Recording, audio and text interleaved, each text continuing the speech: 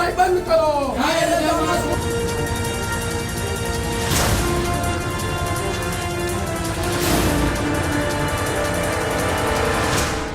રાજ્ય સરકાર કોઈ પણ જાહેર રજા રાખે તેનો કોઈ આશય અને સારો હેતુ હોય છે અને અહીંયા તમારી સ્કૂલમાં બધા ધર્મના વિદ્યાર્થીઓ અભ્યાસ કરે છે. એવું નથી કે આ ધર્મના વિદ્યાર્થીઓ અભ્યાસ કરે છે.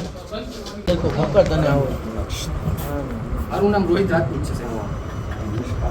રોહિતભાઈ સાચી જે વાત એ સંદર્ભે આપની સાથે વાત કરું છું.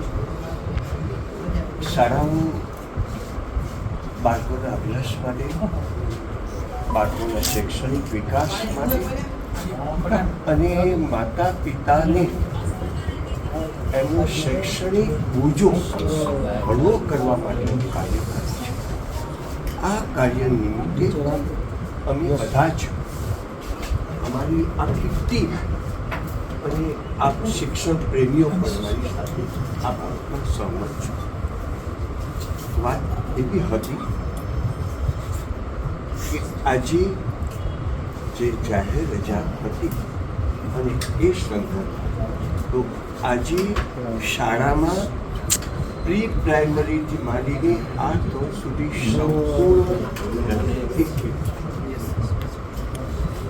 સંપૂર્ણ રજા આપેલી છે. એક પણ બાળકને એક 9 થી 12 જે બોર્ડ એક્ઝામ છે એમનું અભ્યાસ કાર્યમાં બગડીને જનરલી સરકારશ્રી પણ એવું ઈચ્છે છે કે ગુજરાતનું પરિણામ ઉત્તમ આવે, ગુજરાતનું પરિણામ શ્રેષ્ઠ આવે. શિક્ષણ સાથે જોડાયેલી વ્યક્તિઓ, વિદ્યાર્થી, કાર્યકરો જેઓ પણ એકવાર શિક્ષણમાંથી આવેલા છે એ બધાને પણ એવી ઈચ્છા હોય કે બોર્ડના પરિણામો એવું સારા મેળવે. એટલે રાજકોટ સ્વનિર્ભર શાળા સંચાલક આજે મોટા બાળકોમાં જેઓ બોર્ડના એજ્યુકેશન સાથે જોડાયેલા છે તેઓને અભ્યાસ કાર્યમાં મદદરૂપ થવા માટે એમને જે કંઈ આ દિવસોમાં રિવિઝનના રૂપે કરાવવાનું અમે બધા સર્વ ધર્મમાં આ કોઈ જે વાત કરી છું એ વાત અહીં બધા ધર્મના બાળકો છે. બધા ધર્મના બાળકો માટે શાળા કાર્યરત છે અને બધા ધર્મોને રિસ્પેક્ટ આપે છે.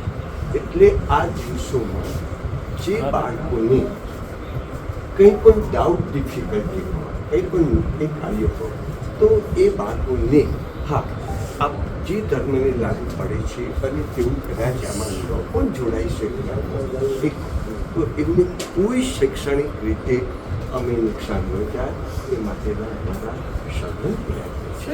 અંતે રોહિતભાઈ તમામ બધા જ મીડિયા જગતમાં કે ગુજરાતનું શિક્ષણનું સ્તર ઊંચું આવે એ માટે આપણે પ્રયત્નશીલ રહીએ.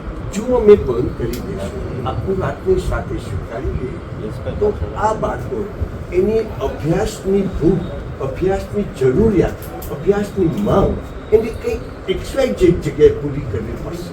અને તો પછી કાં તો તેઓ ટ્યુશનમાં જશે, કાં તો કોઈ જગ્યાએ જશે અને એ મા બાપની પર આપણે વધારાનો એક બોજો નાખીશું. ટ્યુશન પ્રથાને આપણે પ્રોત્સાહિત કરીશું અને છોકરાઓને ટ્વિસ્ટ કરીશું.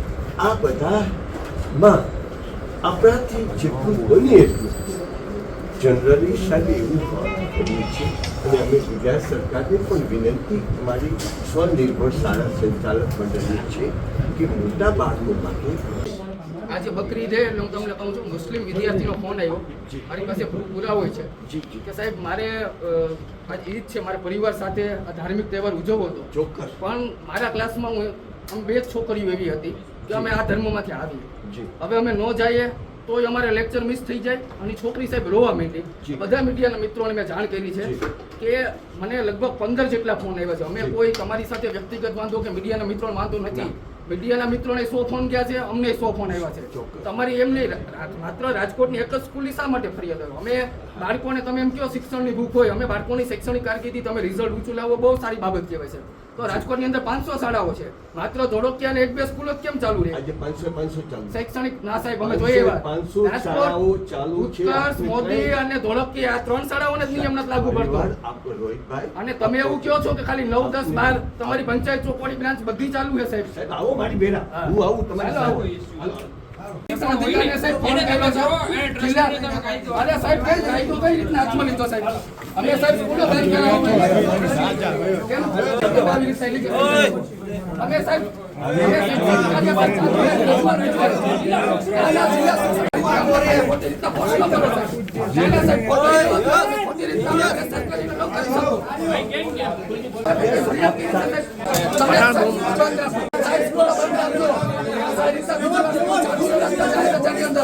વિદ્યાર્થીઓની અમને ફરિયાદ આવે છે.